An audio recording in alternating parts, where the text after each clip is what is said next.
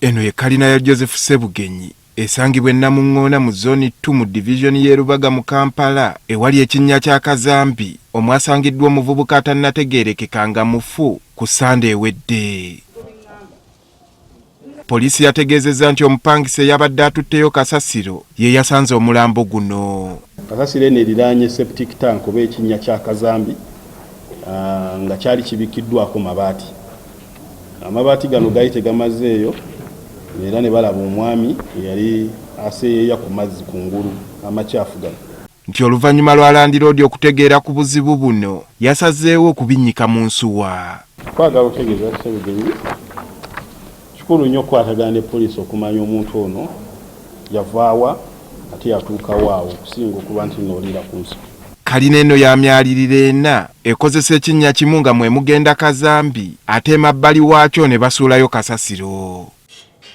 Kyokka ate ekyobulaba emabbali w'ekinnya kino waliwo akakuba abatuuze we beekukuutiriza okuyita.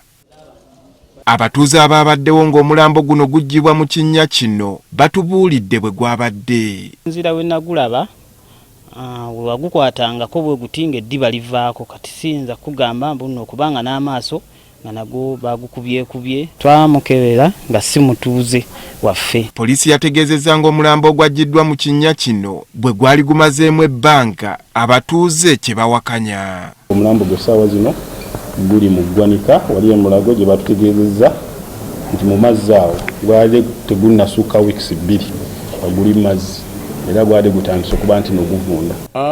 Weeks 2 zaali tezinnaba kuwera. Ekinene nnyo zaali nnaku 3 ngenda mu kasuku olw'okulabira enkoko biki. Naye tuba tetuulangako kivundu nga ekyo ekitali kya sewage. Robert Mubirunga muliraano w'ennyumba eno atubulidde nti bagezaako okutuukirira Land Road wa kalina eno kyokka n'abatunuulira kyamuli. Kinnya kyo yakirekawo deliberately kyensuubira nti alina akagendeerwa kye nandigambye. Ate ekyakabi alemeddwa LC n'abapoliisi around afuuse kiwagi.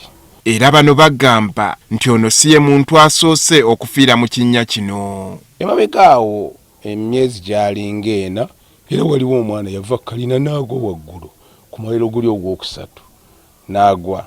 Nensuubira nti abazadde b'omwana banaabifaako naye tebabitwala maaso. Abatuuze n'abakulembeze mu kitundu kino obuzibu babutadde ku kitongole ki Kampala Capital City Authority okwesuulirayo gwa Nagamba ku nsonga eno ate nga baali bagitegeeza dda. Simanyi lwaki KCCA omulimu gwayo tegukola bulungi kuba ekinnya okubeera open bantu okugwamu ago KCCA ino kikolako ekyo.